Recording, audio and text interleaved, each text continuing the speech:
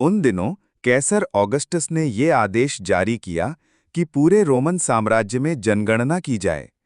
यह पहली जनगणना थी जब कुरेनियस सीरिया का राज्यपाल था और हर कोई अपने अपने नगर में नाम लिखवाने गया।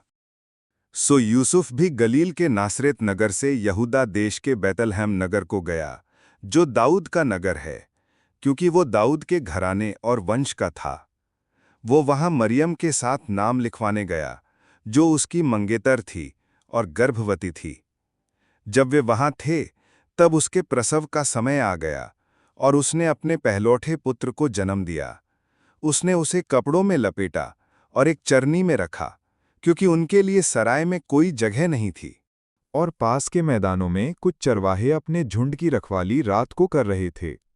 तब प्रभु का दूत उनके सामने आया और प्रभु की महिमा ने उन्हें चारों ओर से घेर लिया और वे बहुत डर गए। लेकिन स्वर्गदूत ने उनसे कहा, डरो मत। देखो, मैं तुम्हें बड़े आनंद का सुसमाचार सुनाता हूं, जो सब लोगों के लिए होगा। आज दाऊद के नगर में तुम्हारे लिए एक उद्धारकर्ता जन्मा है, जो मसीह प्रभु है। और ये तुम्हारे लिए एक चिन्ह होगा, तुम एक बालक को कपड़ों में लिपटा और चरनी में लेटा हुआ पाओगे।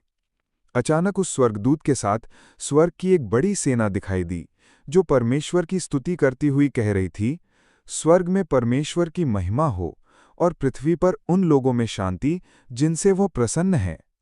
जब स्वर्गदूत उनसे विदा होकर स्वर्ग चले गए, तो चरवाहों ने आपस में कहा, आओ हम बैतलहम चलें और ये बात देखें जो हुई है, जिसे प्रभु ने हमें बताया है। वे जल्दी से गए और मरियम और यूसुफ को और उस बालक को पाया जो चरनी में पड़ा हुआ था। जब उन्होंने उसे देखा, तो उन्होंने उस बात का वर्णन किया जो उस बालक के विषय में उन्हें कही गई थी। और जो कोई ये सुनता था, वो चरवाहों की कही बातों से आश्चर्यचकित होता था।